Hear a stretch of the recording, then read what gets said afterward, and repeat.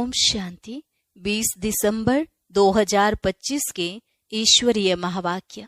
पहले एक नजर मुरली के मुख्य पॉइंट्स पर।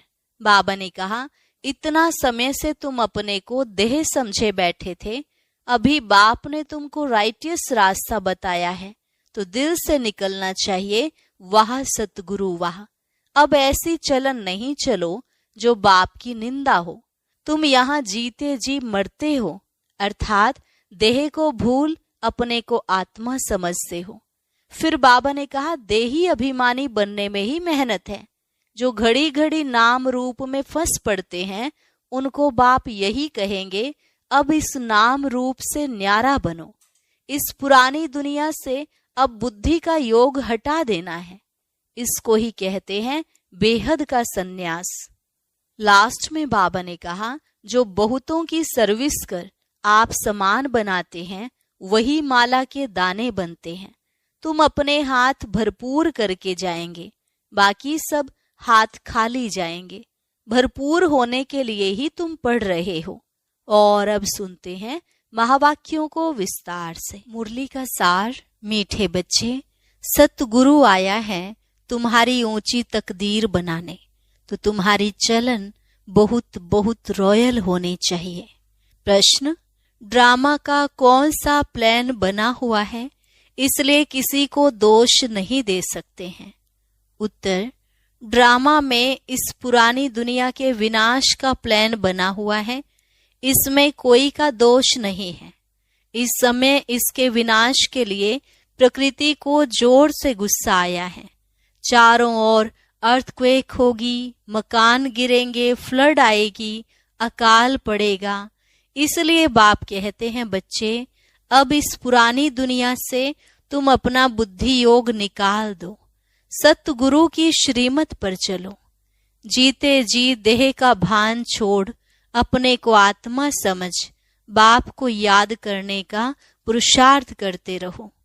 गीत, हमें उन राहों पर चलना है जहां गिरना और संभलना है। ओम शांति। किन राहों पर चलना है? गुरु की राह पर चलना है। यह कौन सा गुरु है? उठते बैठते मनुष्यों के मुख से निकल जाता है वह गुरु। गुरु तो अनेक हैं, वह गुरु किसको कहेंगे? किसकी महिमा गाएंगे? सतगुरु एक ही बाप है। भक्ति मार्ग के ढेर गुरु हैं, कोई किसकी महिमा करते, कोई किसकी महिमा करते हैं।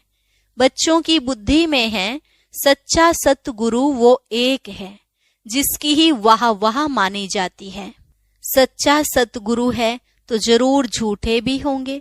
सच होता है संगम पर। भक्ति मार्ग में भी सच की महिमा गाते हैं। ऊंच ते ऊंच बाप ही सच्चा है, जो ही लिबरेटर गाइड भी बनता है। आजकल के गुरु लोग तो गंगा स्नान पर व तीर्थों पर ले जाने के गाइड बनते हैं।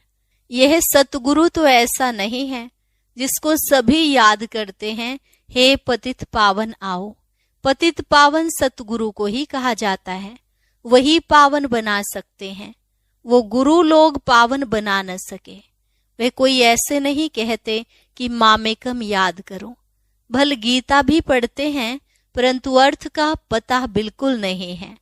अगर समझते सतगुरु एक है तो अपने को गुरु नहीं कहलाते। ड्रामानुसार भक्ति मार्ग की डिपार्टमेंट ही अलग है, जिसमें अनेक गुरु अनेक भक्त हैं। यह तो एक ही है। फिर यह देवी देवताएं पहले नंबर में आते हैं, अभी लास्ट में हैं। बाप आकर इन्हों को सतयुग की बादशाही देते हैं, तो और सबको ऑटोमेटिकली वापस जाना है। इसलिए सर्व का सदगति दाता एक कहा जाता है। तुम समझते हो कल्प कल्प संगम पर ही देवी देवता धर्म की स्थापना होती है। तुम पुरुषोत्तम बनते हो, बाकी और कोई काम नहीं करते। गाया भी जाता है, गति सदगति दाता एक है। यह बाप की ही महिमा है। गति सदगति संगम पर ही मिलती है। सतयुग में तो है एक धर्म, यह भी समझ की बात है ना, परंतु यह बुद्धि देवे कौन? तुम समझते हो बाप ही आकर युक्ति बताते हैं, श्रीमत देते हैं। किसको? आत्माओं को। वह बाप भी है, सतगुरु भी है, टीचर भी है, ज्ञान सिखलाते हैं ना। बाकी सब गुरु भक्ति ही सिखलाते हैं।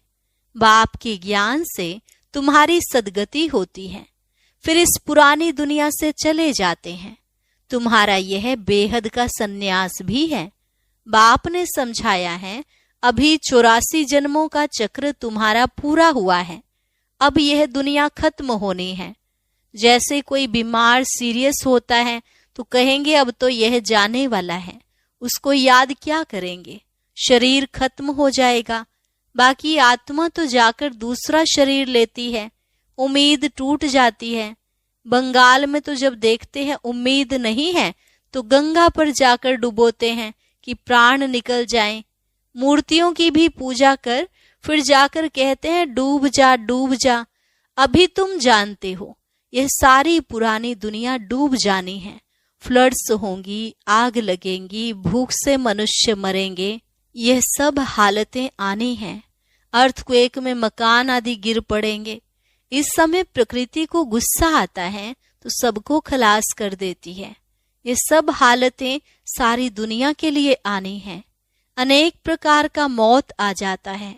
बोम्स में भी जहर भरा हुआ है, थोड़ी बांस आने से बेहोश हो जाते हैं।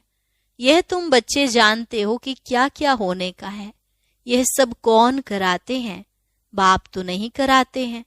यह ड्रामा में नूंद है, कोई पर दोष नहीं देंगे। ड्रामा का प्लान बना हुआ है। पुरानी दुनिया सो फिर नई जरूर होगी। नेचुरल कैलेमिटी जाएंगी, विनाश होने का ही है। इस पुरानी दुनिया से बुद्धि का योग हटा देना, इसको बेहद का सन्यास कहा जाता है। अब तुम कहेंगे वाह सतगुरु वाह, जो हमको यह रास्ता बताया। बच्चों को भी समझाते हैं, ऐसी चलन नहीं चलो जो उनकी निंदा हो। तुम यहाँ जीते जी मरते हो। देह को छोड़ अपने को आत्मा समझते हो। देह से न्यारी आत्मा बन बाप को याद करना है। यह तो बहुत अच्छा कहते हैं, वाह सतगुरु वाह। पार लौकिक सतगुरु की ही वाह वाह होती है। लौकिक गुरु तो ढेर हैं, सतगुरु तो एक ही है, सच्चा सच्चा, जिसका फिर भक्ति मार्ग में भी नाम चला आता है। सारी सृष्टि का बाप तो एक ही है। नई सृष्टि की स्थापना कैसे होती है यह भी किसको पता नहीं है। शास्त्रों में तो दिखाते हैं प्रलय हो गई, फिर पीपल के पत्ते पर श्री कृष्ण आया। अभी तुम समझते हो पीपल के पत्ते पर कैसे आएगा। तुम्हें अब चढ़ती कला में ले जाने के लिए सतगुरु मिला है। कहते हैं ना, चढ़ती कला तेरे भाने सर्व का भला। तो रूहानी बाप आत्माओं को बैठ समझाते हैं। 84 जन्म भी आत्मा ने लिए हैं। हर एक जन्म में नाम रूप दूसरा हो जाता है। ऐसे नहीं कहेंगे फलाने ने 84 जन्म लिए हैं, नहीं, आत्मा ने 84 जन्म लिया। शरीर तो बदलते जाते हैं। तुम्हारी बुद्धि में यह सब बातें हैं। सारी नॉलेज बुद्धि में रहनी चाहिए। कोई भी आए तो उनको समझाएं। आदि में था ही देवी देवताओं का राज्य, फिर मध्य में रावण राज्य हुआ, सीढ़ी उतरते रहे। सतयुग में कहेंगे सतो प्रधान, फिर सतो रजो तमो में उतरते हैं, चक्र फिरता रहता है।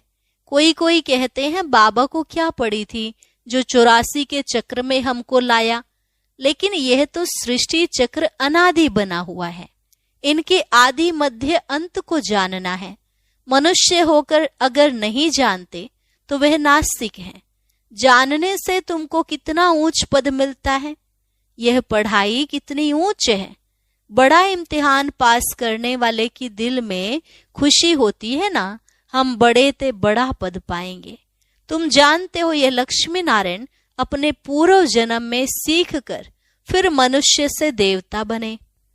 इस पढ़ाई से यह राजधानी स्थापन हो रही है। पढ़ाई से कितना ऊंच पद मिलता है। वंडर है ना।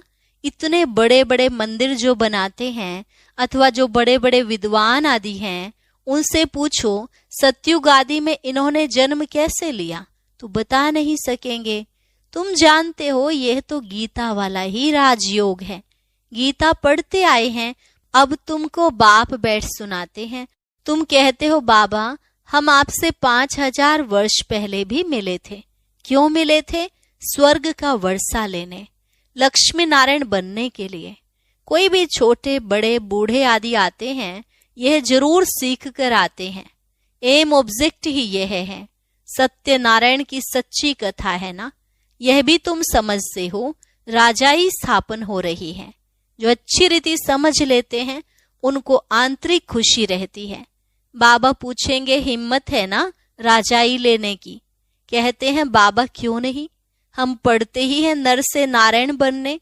इतना समय हम अपने को देह समझ बैठे थे, अब बाप ने हमको राइटियस रास्ता बताया है। देही अभिमानी बनने में मेहनत लगती है, घड़ी घड़ी अपने नाम रूप में फंस पड़ते हैं। बाप कहते हैं, इस नाम रूप से न्यारा होना है। अब आत्मा भी नाम तो है ना। बाप है सुप्रीम परम पिता। लौकिक बाप को परम पिता नहीं कहेंगे, परम अक्षर एक ही बाप को दिया है, वह गुरु भी इनको कहते हैं। तुम सिख लोगों को भी समझा सकते हो।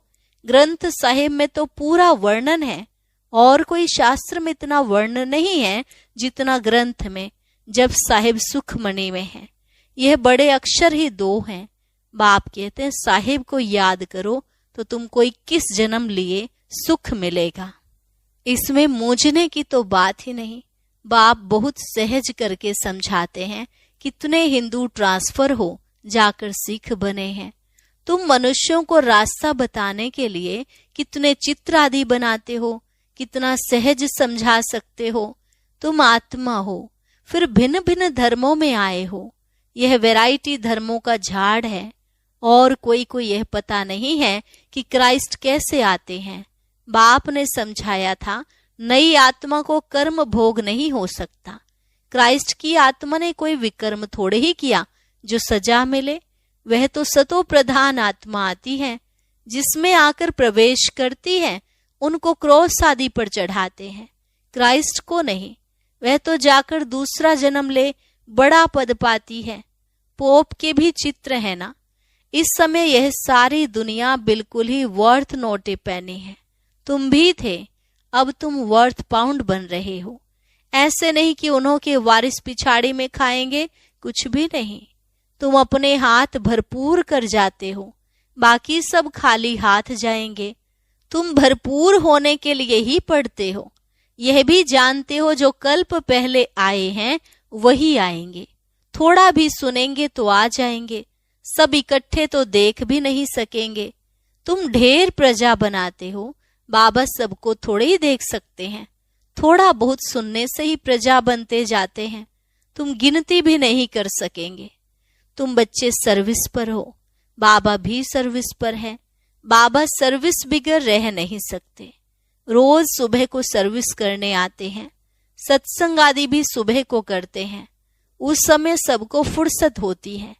बाबा तो कहते हैं, तुम बच्चों को घर से बहुत सवेरे भी नहीं आना है और रात को भी नहीं आना चाहिए, क्योंकि दिन प्रतिदिन दुनिया बहुत खराब होती जाती है। इसलिए गली गली में सेंटर ऐसा नजदीक होना चाहिए जो घर से निकले सेंटर पर आए, सहज हो जाए। तुम्हारी वृद्धि हो जाएगी, तब राजधानी स्थापन होगी। बाप समझाते तो बहुत सहज हैं। यह राजयोग द्वारा स्थापना कर रहे हैं, बाकी यह सारी दुनिया होगी ही नहीं। प्रजा तो कितनी ढेर बनती है, माला भी बननी है। मुख्य तो जो बहुतों की सर्विस कर आप समान बनाते हैं, वही माला के दाने बनते हैं।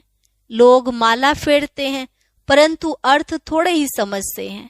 बहुत गुरु लोग माला फेरने के लिए देते हैं कि बुद्धि इसमें लगी रहे।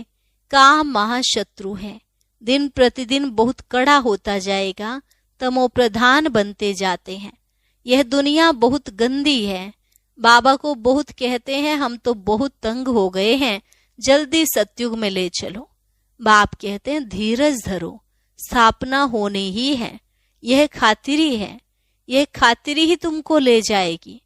बच्चों को यह भी बताया है, तुम आत्माएं परम धाम से आई हो, फिर वहां जाना है, फिर आएंगे पार्ट बजाने, तो परम धाम को याद करना पड़े। बाप भी कहते हैं, मामेकम याद करो, तो विकर्म विनाश होंगे। यही पैगाम सभी को देना है। और कोई पैगंबर मैसेंजर आदि है नहीं। वे तो मुक्ति धाम से नीचे ले आते हैं, फिर उनको सीढ़ी नीचे उतरना है। जब पूरे तमो प्रधान बन जाते हैं तब फिर बाप आकर सबको सतो प्रधान बनाते हैं। तुम्हारे कारण सबको वापस जाना पड़ता है, क्योंकि तुमको नई दुनिया चाहिए ना। यह भी ड्रामा बना हुआ है। बच्चों को बहुत नशा रहना चाहिए। अच्छा, मीठे मीठे सिकिलधे बच्चों प्रति मात पिता बाप दादा का याद प्यार और गुड मॉर्निंग। रूहानी बाप की रूहानी बच्चों को नमस्ते।